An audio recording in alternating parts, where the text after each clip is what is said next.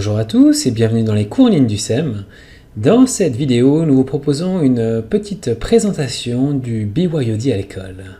Nous allons tout d'abord regarder ensemble ce qu'est le BYOD, pourquoi on pourrait utiliser le BYOD, quelles sont les raisons pour l'utiliser. Nous allons également aborder quelques inconvénients pour, une fois qu'on aura passé cette étape, essayer d'imaginer quelques pistes d'utilisation qui permettent d'implémenter la chose de manière intéressante avec un minimum d'inconvénients. Donc tout d'abord, le BYOD, c'est quoi? Le BYOD est communément connu sous le nom de Bring Your Own Device, en français avant, santé, qui veut dire apporter votre appareil numérique. En d'autres termes, cette utilisation nous vient du monde de l'entreprise. Il y a un petit moment, certaines entreprises ont commencé à dire à leurs employés de venir avec leur propre matériel informatique.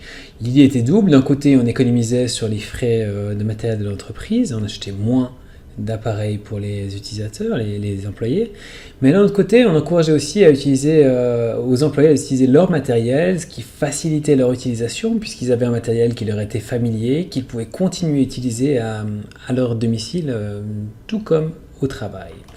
Naturellement, après le travail, la contagion, on va dire, s'est faite dans le monde de l'enseignement, à l'école.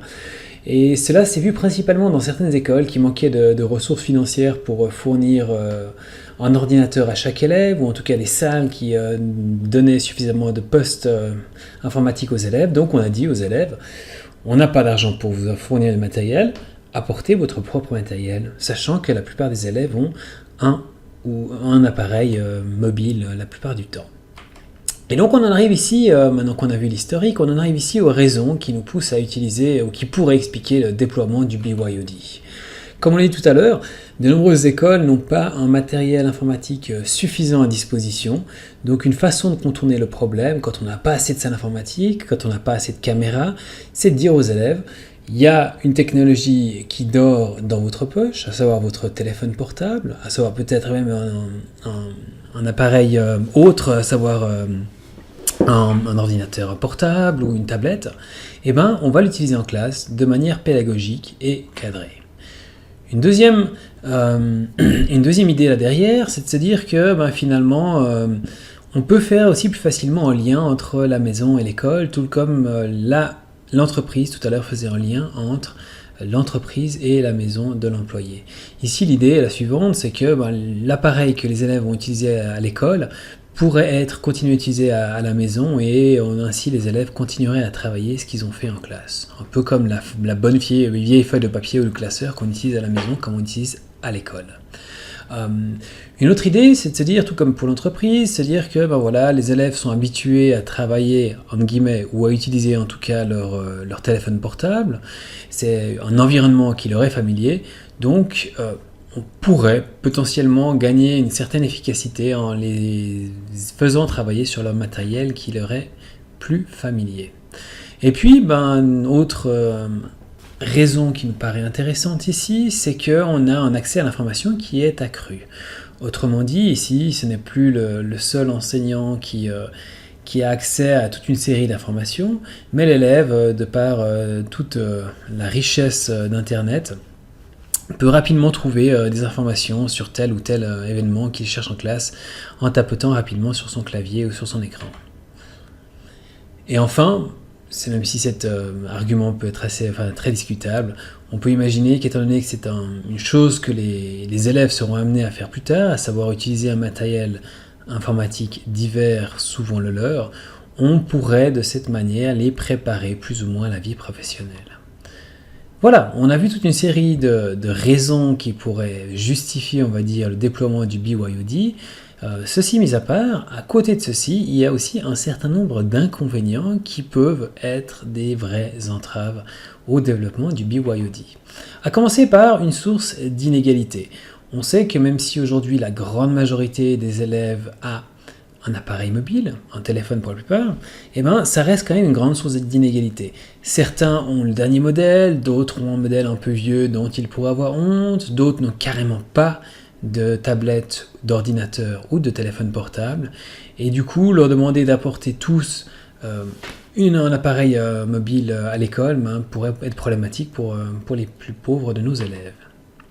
Un autre problème, c'est forcément la source de distraction. La distraction n'est pas nouvelle, un élève qui ne suit pas peut regarder par la fenêtre, peut regarder ses genoux, le voisin ou la voisine, et puis dessiner sur sa feuille. La distraction est là depuis la nuit des temps. C'est juste qu'avec un appareil mobile, la distraction se voit décuplée. On a beaucoup plus de potentiel d'aller sur Internet, d'aller regarder des choses, et du coup de ne plus écouter l'enseignant ou l'enseignante. Une autre difficulté liée à ce BYOD est le matériel hétéroclite en classe. Quand vous avez un élève qui utilise un téléphone portable qui tourne sous Android, quand vous avez un autre élève qui utilise un autre téléphone sous iOS de Apple, quand en plus vous avez un ordinateur fixe, une tablette, vous avez toute une série de systèmes d'exploitation et il n'est pas forcément évident de gérer pour l'enseignant ces différents systèmes d'exploitation, trouver des outils qui sont compatibles pour tous quand on collabore sur des projets, trouver les moyens de résoudre les problèmes quand un élève a un problème. Ça pourrait demander que l'enseignant doive intervenir sur différents systèmes d'exploitation, ce qui, à vrai dire, pourrait poser un certain nombre de difficultés clairement. On en parlera aussi tout à l'heure. Une autre difficulté, c'est à partir du moment où on travaille souvent en BYOD, on va pas mal utiliser le cloud, des serveurs en ligne, des services en ligne, et donc on va faire transiter des données qui pourraient être plus ou moins sensibles par ce cloud, et donc ça pourrait poser des problèmes, puisque les élèves pourraient potentiellement mettre sur Internet des données sensibles et personnelles. Enfin, un autre inconvénient à la chose est un temps d'adaptation nécessaire. Ça va vous demander, comme on le verra, un petit temps de préparation en amont des premières utilisations, si vous voulez que le tout se déroule de manière fluide et satisfaisante. Mais il va falloir, aussi bien pour l'enseignant que pour les élèves, un temps d'adaptation qui leur permettra d'utiliser ces technologies de manière efficace, sans trop de débordements et sans trop de distractions. Voilà pour les inconvénients. Si on ne vous a pas complètement découragé avec ces inconvénients, on va vous proposer ici quelques pistes d'utilisation pratiques qui pourraient vous aider un petit peu à installer, implémenter ce BYOD dans votre classe de manière efficace. Donc quand on parle de BYOD, on parle aussi d'orchestration, à savoir comment est-ce que vous allez gérer l'utilisation ou l'orchestration des différentes machines des élèves en classe. Donc on part toujours depuis de tout en haut, un outil technologique qu'on va utiliser, et puis il y a deux cas. Cet outil, cette machine, cet appareil est la propriété de l'école, c'est l'école qui met à disposition, on va dire, une série de tablettes aux élèves, ou alors c'est les tablettes ou les téléphones qui appartiennent à l'élève. Dans le cas, on est d'accord que dans le cas où ces machines seraient la propriété de l'école, on ne parle plus vraiment de BYOD, on ne parlerait pas amène ton propre matériel, mais plutôt amène le matériel de l'école. Ceci est en détail, puisqu'après, au-delà de ça, les considérations sont un petit peu les mêmes. Dans le cas où on imagine un exemple où c'est l'école qui met à disposition une série de tablettes aux élèves, on peut imaginer ici aussi deux cas. Certaines écoles disent à leurs élèves, voilà, chaque fois que vous venez en classe, vous avez pour votre utilisation des tablettes que vous pouvez donc utiliser pour faire les différentes tâches que nous allons effectuer en classe.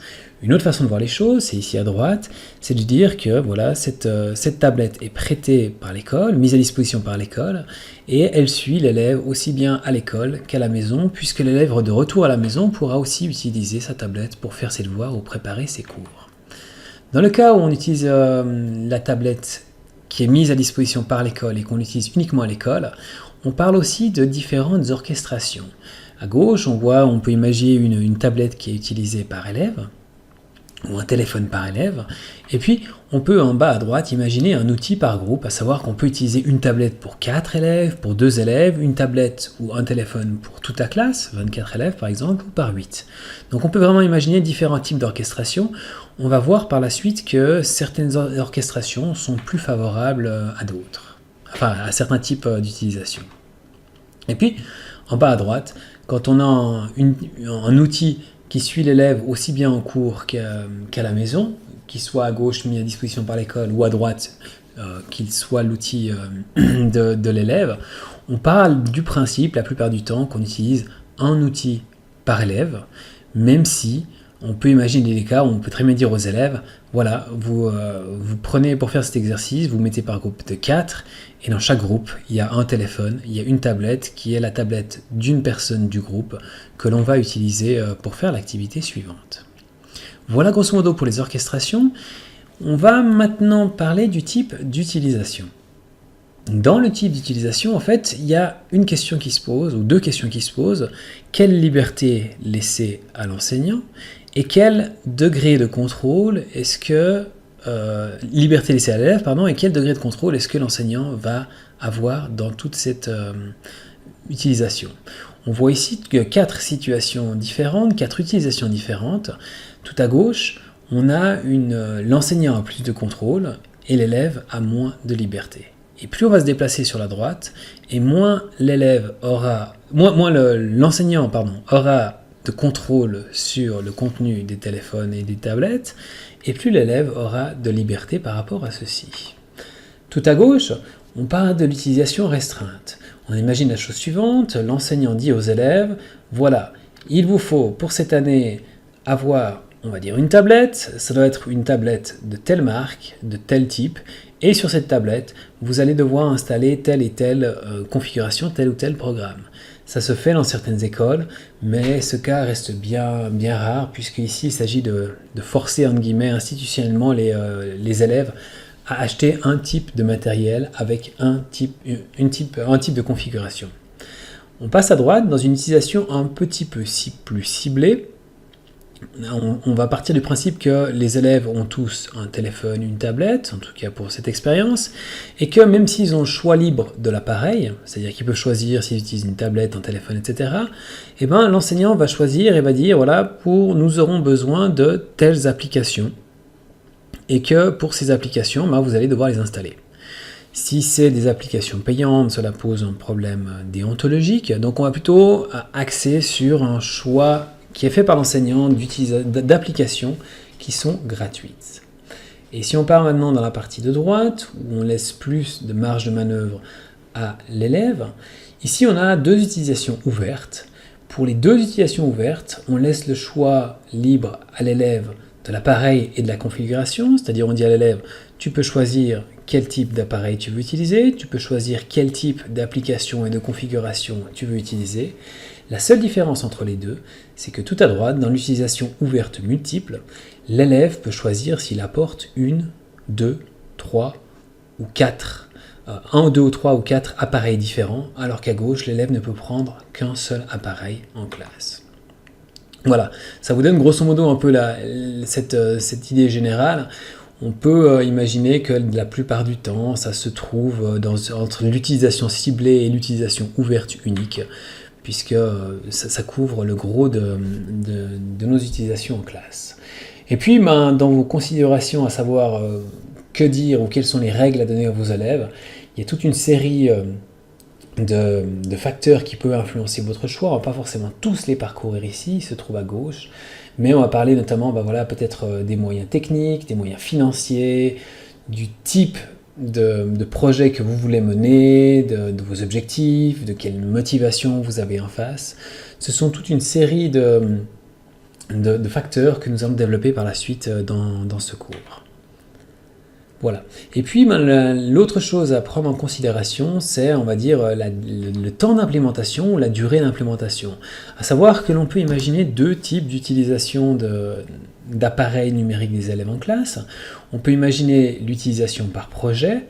Voilà, vous dites que vous allez réaliser une espèce de court-métrage pour résumer ce livre que vous avez lu avec vos élèves. Il s'agit ici d'une utilisation par projet. Pour faire ce court-métrage, les élèves vont utiliser leur téléphone portable dans l'école pour filmer, pour enregistrer, pour faire du montage. Et une fois que ce projet est terminé, on n'a plus vraiment besoin de ce matériel numérique, donc on va repartir sur un enseignement classique jusqu'à la naissance du prochain projet. Et puis, de l'autre côté, on peut avoir une utilisation qui se fait dans la durée, qui est plus ou moins institutionnalisée au quotidien. Par exemple, voilà, les élèves peuvent avoir leur téléphone sur leur bureau pour aller régulièrement chercher des informations en ligne, et sans être nécessairement liés par un projet. Donc voilà, on a vu grosso modo les pistes d'utilisation, et on va parler maintenant, un peu avant l'implémentation, le début de votre mise en route d'utilisation des appareils numériques des élèves. Il y a quand même 2-3 petites choses à mettre sur pied, à vous assurer, et c'est principalement 2 choses qui sont très souvent nécessaires. Une connexion Internet, qui n'est pas forcément facile à avoir, et un serveur commun. Au niveau de la connexion Internet, en fait, le fait est le suivant. Dans la plupart des utilisations que l'on pourrait avoir en classe avec un appareil numérique, dans cette grande majorité, on va le voir par la suite, on a besoin d'une connexion Internet. Une connexion Internet, c'est peut-être pour aller chercher des données en ligne, comme outil de référence, c'est peut-être pour partager des documents. On a besoin d'une connexion. On va voir par la suite qu'il y a différentes façons d'avoir une connexion Internet, soit de manière officielle, on va dire, en développant Wi-Fi, en se branchant sur le réseau de l'école, soit en développant des réseaux locaux. Une autre possibilité est de demander aux élèves d'utiliser leur abonnement téléphonique pour télécharger des données. Là aussi, cela peut poser des problèmes déontologiques si les élèves n'ont pas un abonnement de données illimité. Et donc, on favoriserait ceux qui l'auraient, ou alors on demanderait à ceux qui ont des petits moyens de payer pour faire quelque chose en classe. Internet, c'est une chose. Lié à ceci, il y a un serveur commun, c'est-à-dire un espace de stockage que l'on va utiliser, par exemple pour que le prof puisse mettre à disposition un certain nombre de documents à ses élèves, pour qu'on puisse collaborer, pour que les élèves puissent enregistrer et partager leur travail. Il nous faudra un espace de stockage qui sera soit en local dans l'école, soit à l'extérieur sur le cloud ou le nuage, et qui va nous permettre en fait, de partager tous ces documents. Voilà, et puis peut-être pour terminer cette présentation, encore 2 éléments qui peuvent vous faciliter l'intégration et que nous allons voir ensemble par la suite dans ce cours. Tout d'abord, il est souvent souhaitable de créer une charte d'utilisation avec ses élèves qui mentionne vraiment les points principaux et les règles à respecter lors de l'implémentation de ces technologies en classe. Cela permet à donner un cadre, à expliquer clairement ce qui est possible et ce qui n'est pas possible, et puis éviter toute une série de débordements.